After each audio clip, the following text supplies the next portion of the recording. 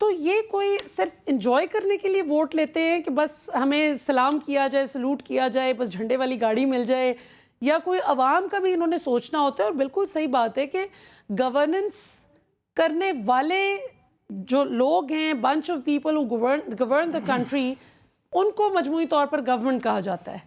اب یہ کب ایک یہ اب اس میں تھوڑا سا پولیٹیکل میٹر بھی آ گیا, لیکن میں اس کو بات یہ کروں گا, آپ نے کہا کہ عوام کا سوچنا ہوتا, عوام کا کیا سوچیں گے؟ ابھی جو آپ کے سامنے آڈیو ٹیپس آ رہی ہیں اس میں 2-2 کروڑ روپے میں ٹکٹ مل رہا ہے, ٹھیک ہے نا, اور 6-7 کروڑ 10 کروڑ روپے وہ خرچے گا الیکشن کے اوپر, تو 10-12 کروڑ روپے کا خرچہ کر کے وہ ایک آئے گا, تو آپ کے خیال میں وہ قومی خدمت کرنے کے وجہ سے آئے گا. اگر وہ اتنا ہی اس کو شوق ہے قومی خدمت کا, 10 کروڑ روپے کا کوئی یتیم خانہ بنوا لے, کوئی ہاسپٹل بنا دے, اسکول بن جائیں گے, تو وہ تو سارے کا سارا جو ہے نا پیسے کی گیم ہے. تو اس لیے عوام کے سوچنے کی بات نہیں. اور جہاں تک اس چیز کا تعلق ہے کہ یہ لوگ آتے ہیں انجوائے کرنے کے لیے آتے ہیں, ہمارے یہاں سسٹم بیسیکلی بات ہی ہے, یہ جو ہمارے یہاں چل رہی ہے نا, یہ جو کیا ہے یہ آپ کی یہ جو اس وقت پاور نہیں, یہ جو ڈیموکریسی ہماری چل رہی ہے, جو ویسٹ منسٹر ڈیموکریسی ہے, جس کو ہم جو پارلیمنٹری ڈیموکریسی کر رہی ہے, یہ اس ملک کے لیے ایک زہر قاتل ہے. یہ صرف یورپ میں کامیاب ہوئی ہے, یہ پاکستان جیسے ملک کے لیے, پاکستان کے لیے تو ایک اتھارٹیٹیو رول کی ضرورت ہوگی. ڈکٹیٹرشپ نہیں, نو ڈکٹیٹرشپ, لیکن اتھارٹیٹیو رول کسی طریقے سے, بس ڈنڈے کے زور پہ جو حکم دے ڈنڈا چلانا پڑتا ہے, کسی جگہ ڈنڈے کی بھی ضرورت پڑتی ہے, ڈنڈے کی بھی ضرورت, مطلب ڈنڈے کو یہ ہے کہ غلط آدمی کے لیے ڈنڈا, آپ جیل کیوں دی جاتی ہے, اب اس کو آپ ڈنڈا کہہ لیں, اگر ایک آدمی غلط کرتا ہے تو اس کو جیل میں تو بھیجا جائے گا نا, عدالتیں ہوتی ہیں. لیکن مسئلہ یہ ہے کہ اتھارٹیٹیو وہ کوئی لائن ہو, ایک لائن ڈرا ہو. آپ جتنے ملکوں نے پچھلے 25-30 سال کے اندر ترقی کی ہے, China, south Korea, Singapore, Malaysia, ان میں آپ کس میں بتائیں گے جو پارلیمنٹری سسٹم چل رہا ہے اس قسم کا؟ اگر آج بنگلہ دیش کی بڑی مثال دی جاتی ہے, بنگلہ دیش بڑا ترقی کار ہے, بالکل کر رہا ہے.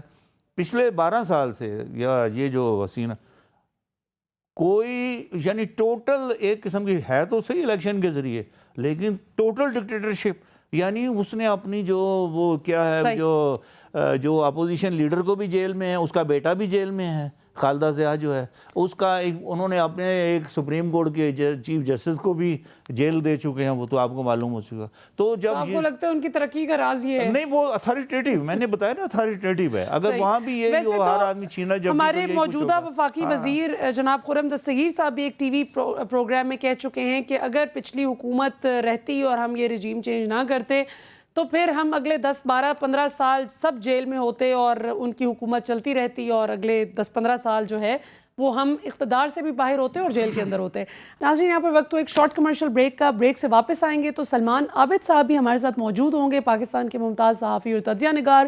ان سے ذرا پولیٹکس کے بارے میں جانیں گے کہ پاکستان کی پولیٹیکل ڈیولپمنٹس کس طرف جا رہی ہیں اور یہ اونٹ کس کروٹ بیٹھنے جا رہا ہے. After the break welcome back ناظرین. گفتگو ہو رہی ہے جی معیشت پر, سیاست پر, پاکستان کی اگلی جو سمت کا تعین ہے اس پر, کہ کب تک یہ انسرٹینٹی کی فضا ختم ہوگی اور یہ دھند کہ جو یہ صورتحال ہے یہ کب چھٹے گی, اور کب پاکستان ایک کلیئر پکچر دکھا سکے گا اپنے پوٹینشیل انویسٹرز کو, پاکستان کو کلیئرٹی کے ساتھ کب ہم پیش کر سکیں گے, پچ کر سکیں گے دنیا کو کہ آئیے یہاں پر آ کر انویسٹ کیجئے. تو چلتے ہیں ڈسکشن کو آگے بڑھاتے ہیں. ابھی ناظرین ہمیں پروگرام میں جوائن کر رہے ہیں جی سلمان عابد صاحب, پاکستان کے ممتاز سیاسی تجزیہ نگار ہیں, صحافی ہیں. سلمان عابد صاحب ہمیں جوائن کرنے کے لیے بہت بہت شکریہ. آپ سن رہے ہیں مہتاب حیدر صاحب, ممتاز ماہر معیشت, اور جناب ہمایوں شامی صاحب ہمارے ساتھ موجود ہیں, پاکستان اکنامک فورم کے صدر ہیں. بات ہو رہی ہے معیشت پہ, لیکن میں چاہوں گی کہ ذرا ساتھ ساتھ ہم تھوڑا سا پولیٹکس پہ بھی ٹچ اپ آن کریں. یہ کیونکہ آبویسلی پولیٹیکل انسٹیبلٹی کی وجہ سے اکنامک انسٹیبلٹی بہت زیادہ بڑھ جاتی ہے. تو یہ فرمائیے کہ ابھی آپ چونکہ لاہور میں بھی بیٹھے ہیں, کیا صورتحال دیکھ رہے ہیں؟ وہ سائیں بزدار صاحب تو خداحافظ کہہ گئے پی ٹی آئی کو, جن کے لیے عمران خان صاحب اتنا سٹینڈ لیتے تھے, اتنا فرم پوزیشن لیتے تھے کہ جو مرضی ہو جائے میں بزدار کے ساتھ کھڑا ہوں. تو کیا صورتحال آگے ڈیولپ ہوتی دیکھ رہے ہیں, اور کوئی پولیٹیکل اسٹیبلٹی کی طرف چیزیں جاتی دیکھ رہے ہیں؟ دیکھیے, ویسے پی ٹی آئی میں سب سے زیادہ خوشی کی جو بات کی جا ری ہے وہ عثمان بزدار. یہ تھوڑی سی پروڈیوسر صاحب سلمان عابد صاحب کی آڈیو اگر آپ سیٹ کر دیں. جی, ہیلو, آپ کو آواز آ رہی ہے؟ جی پلیز گو اہیڈ. جی میں یہ کہہ رہا تھا کہ سب سے زیادہ خوشی پی ٹی آئی میں اگر کوئی منائی جا رہی ہے تو وہ عثمان بزدار صاحب کی رخصتی کی ہے، کیونکہ عثمان بزدار صاحب جس طرح سے پی ٹی آئی پہ لا کے مسلط کیے گئے تھے اور عمران خان صاحب نے مسلط کیا تھا، اس کا نتیجہ تو پورے پنجاب میں پی ٹی آئی نے بھگتا ہے نا۔ لیکن دیکھیے بنیادی بات یہ ہے کہ انفارچونیٹلی ہم کسی پولیٹیکل سٹیبلٹی کی طرف نہیں بڑھ رہے۔ اس وقت پاکستان کی جو قومی سیاست ہے وہ محاذرائی اور ٹکراؤ کی جانب بڑھ رہی ہے، اور سیاسی تقسیم بھی اتنی گہری ہو چکی ہے کہ وہ سیاست کے ساتھ ساتھ اداروں کے اندر بھی بالادست نظر آ رہی ہے۔ تو مجھے تو نہیں لگتا کہ آنے والے کچھ عرصے میں پاکستان میں کوئی پولیٹیکل سٹیبلٹی آ سکے گی، اور اگر الیکشن بھی ہوتے ہیں اکتوبر میں جا کے تو یہ دیکھنا ہوگا کہ وہ انتخابات کیا کہتے ہیں شفافیت کی بنیاد پہ ہوں گے یا کسی سیاسی انجینئرنگ کی بنیاد کے اوپر ہوں گے۔ اگر انتخابات سیاسی انجینئرنگ کی بنیاد پر ہوتے ہیں اور ایک جماعت کو باہر نکالنا اور ایک جماعت کو واپس لانے کا مقصد ہے تو اس سے بھی پاکستان کے اندر ایک نیا سیاسی انتشار جنم لے گا۔ اسی لیے میں بار بار کہتا ہوں کہ جب پاکستان کی پولیٹیکل کھیل جو ہے وہ سیاسی انتشار اور ٹکراؤ کی جانب تیزی سے بڑھ رہا ہے تو وہاں اکنامک سٹیبلٹی کی باتیں جو ہیں وہ مضحکہ خیز لگتی ہیں، اور ابھی کوئی ایسا امکان نظر نہیں آ رہا کہ ہمارے ہاں آنے والے کچھ عرصے میں سیاست میں کہیں استحکام آ سکے گا، کیونکہ سب اپنی اپنی ضد میں اڑے ہوئے ہیں۔ آپ دیکھیے حکومت ہو یا اپوزیشن ہو، اسٹیبلشمنٹ ہو، جوڈیشری ہو، ہر طرف جو ہے وہ لگتا یہ ہے کہ جیسے ہم کسی ڈیڈ لاک کا شکار ہو چکے ہیں، اور سیاستدان جو ہے وہ مسئلے کا حل نکالنے کی بجائے مسئلے کو اور بگاڑ رہے ہیں۔ کل عمران خان صاحب ڈائیلاگ نہیں کرنا چاہتے تھے، آج حکومت ڈائیلاگ نہیں کرنا چاہتی ہے۔ تو جب آپ سیاسی ڈیڈ لاک پیدا کرتے ہیں تو اس کا فائدہ تو غیر سیاسی قوتوں کو ہوتا ہے نا۔ تو یہ اس وقت پاکستان کا منظرنامہ جو ہے اس کا پاکستانی مفاد سے کوئی تعلق نہیں ہے، بالکل یہ صحیح، ذاتیات پر مبنی لڑائی ہے، ایک پولیٹیکل لڑائی ہے، بالادست ہے۔ بالکل صحیح۔ اچھا سلمان عابد صاحب، جہانگیر ترین صاحب کی بھی اب انٹری جو ہے وہ دیکھنے میں آ رہی ہے پاکستان کے پولیٹیکل ہورائزن پہ، بہت عرصے بعد وہ ایکٹیو ہوتے ہمیں دکھائی دے رہے ہیں، اور کچھ پی ٹی آئی کو چھوڑ کے جانے والے لوگ یا کچھ شاید ابھی اس میں موجود بھی ہوں یا دیگر پارٹیوں سے بھی لوگ کوئی جوڑ توڑ کی سیاست کی خبریں آ رہی ہیں۔ آپ کو کیا لگتا ہے یہ کس حد تک کامیاب ہو پائیں گے، اور کس حد تک یہ گزشتہ حکومت کا ووٹ بینک جو پلان کیا جا رہا ہے کہ کسی طرح سے توڑا جائے، کیا یہ اس میں کامیاب ہو سکیں گے؟ اگر جہانگیر ترین جو ہے خود الیکشن لڑ لیں، اگرچہ ان پہ پابندی ہے، تو ان کو آٹے اس کا دال کا بھاؤ جو ہے پتہ چل جائے گا۔ یہ 0/0 کام ہے، اور دیکھیے بات بڑی سادی سی ہے۔ پہلا سوال تو یہ کیجیے نا کہ کون لوگ ہیں جو جہانگیر ترین کو کھڑا کر رہے ہیں، کون لوگ ہیں جو مسلم لیگ کاف کو کھڑا کر رہے ہیں، اور خود مسلم لیگ نون کے اندر بھی تشویش پائی جا رہی ہے کہ ہمارے مقابلے میں جہانگیر ترین کو کیوں کھڑا کیا جا رہا ہے۔ تو یہ جو سیاسی جماعتوں کے اندر توڑ پھوڑ ہے، اگر یہ اسی طریقے سے کی جاتی رہے گی اور کبھی کسی کو لانے کے لیے آگے کیا جائے گا، کبھی کسی کو بٹھانے کے لیے آگے کیا جائے گا، میں نہیں سمجھتا کہ یہ کوئی وائبل پروجیکٹ ہے۔ ابھی دیکھیے پنجاب کا جو انتخابی منظرنامہ ہے اس میں صرف 2 ہی جماعتیں ہیں، پی ایم ایل این اور پی ٹی آئی، ان کا 1 to 1 مقابلہ ہے۔ اب اگر ان کا ووٹ بینک خراب کر کے کوئی جماعت بنانے کی کوشش کی جا رہی ہے تو نہ اس کا کوئی نتیجہ ماضی میں درست نکلا ہے نہ آئندہ نکل سکے گا۔ بالکل صحیح۔ اب چونکہ ہم پروگرام کے اختتام کی جانب بڑھ رہے ہیں تو تینوں معزز مہمانوں سے میں لاسٹ کامنٹ لوں گی۔ مہتاب حیدر صاحب، یور لاسٹ ورڈ، کیا کہیں گے پاکستان کی معاشی صورتحال کو بہتر کرنے کے لیے؟ ایک تو ہم سمجھ چکے ہیں کہ پولیٹیکل سٹیبلٹی انتہائی ضروری ہے، دوسری چارٹر اور اکانومی کی جو بات ہم ابھی تھوڑی دیر پہلے کر رہے تھے کہ کوئی کنسنسس بلڈ ہو جائے سیاسی جماعتوں میں، لیکن ابھی سلمان عابد صاحب جس طرح کی بتا رہے ہیں بات، اور ظاہر ہے گراؤنڈ ریالٹی سے ہم بھی نابلد نہیں، جس طرح سے ایک دوسرے کے ساتھ ایک ٹیبل پر بیٹھنے کے لیے سیاسی پارٹیز تیار ہی نہیں ہیں، تو ایسے میں کیسے مل کر یہ ایکسپورٹس بڑھائیں گے ملک کی، اور کیا چارٹر اکانومی ہوگا؟ کہ میں سب سے پہلے تو سلمان عابد صاحب جو کہہ رہے ہیں میں مکمل اتفاق کرتا ہوں ان سے، لیکن اس سے پہلے میں بڑی معذرت کے ساتھ احتجاج کروں گا اور یہ کہوں گا کہ ہمیں ٹی وی چینلز پہ بیٹھ کے جہاں پہ پبلک ڈیبیٹ ہو رہی تھی، پبلک سن رہی ہوتی ہے، کسی طور پہ بھی جو انکانسٹیٹیوشنل سٹیپس ہیں ان کی قطعاً ہمیں سپورٹ نہیں کرنی چاہیے۔ ہمارے لیے بنگلہ دیش کوئی آئیڈیل ملک نہیں ہے، اگر وہ ڈکٹیٹرشپ کے راستے پہ چل رہے ہیں تو یہ ہمارے لیے آئیڈیل راستہ نہیں ہے، اور جمہوریت جو ہے وہ بہترین نظام ہے۔ اگر سے بہترین نظام بنی نوع انسان کوئی لا سکتا ہے تو آپ لا کے دکھا دیں۔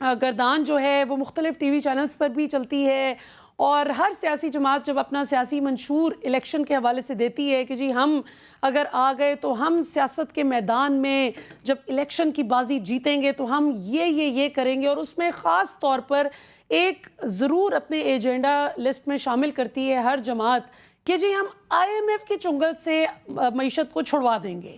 لیکن نتیجہ ہم یہ دیکھتے ہیں کہ وعدے جو بھی کیے جائیں contrary to all the promises، جس وقت پاور میں آتی ہے کوئی بھی سیاسی جماعت، and I say it with complete certainty کہ کوئی بھی سیاسی جماعت جب آتی ہے اقتدار میں تو وہ IMF کے چنگل سے خود کو آزاد نہیں کروا پاتی، اور پھر یہی ہوتا ہے کہ جو اپوزیشن میں ہوتا ہے وہ حکومت والے کو تانے دیتا ہے، اور جب وہ اپوزیشن کے بینچز پہ بیٹھتا ہے تو وہ اگلی حکومت کو تانے دیتا ہے.